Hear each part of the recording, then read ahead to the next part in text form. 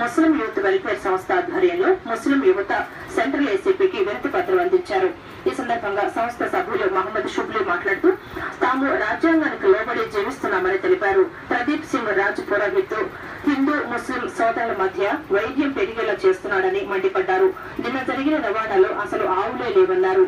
హిందువుల మనోభావాలను గౌరవించి ముస్లింలు గోవులను వధించడం లేదని తెలిపారు. మొత్తం టోటల్ గా వచ్చేసి ఓన్లీ అండ్ ఓన్లీ ఎద్దులు ఉన్నాయి. అంటే ఫిట్ ఫర్ స్లాట్. మేము ఇక్కడ మన ఇండియాలో బతుకుతున్నామండి. ఇండియా యొక్క ఏదైతే రాజ్యాంగం ఉందో ఆ రాజ్యాంగానికి అనుగుణంగా మేము పనిచేసే వాళ్ళం. ఆ రాజ్యాంగానికి అనుగుణంగా మేము నడుచుకునే వాళ్ళం. దాంట్లో ఒక్కటి కూడా ఆవు లేదండి. ఆవు అనేది గోయిమాకండి అని చెప్పేసి ఏదైతే దారుల్లో దేవబంద్ అంటే అందరికన్నా పెద్ద మద్రసా ఏదైతే ఉందో మాకు ఇండియాలో, అక్కడ నుంచి మాకు కొత్త గారి అయిందండి. మీరు ఆవులను నిషేధించడమైనది.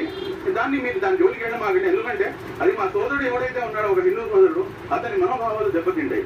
కాబట్టి మీరు దయచేసి వాటి జోలికి వెళ్ళడం మాకండి అని చెప్పి మా పెద్దలు కూడా మాకు ఒక మంచి హిదాయతీ చేయడం జరిగింది. దానివల్ల మనం దాన్ని పూర్తిగా 2013లో వైఎస్ఆర్ కాలనీకి చెందిన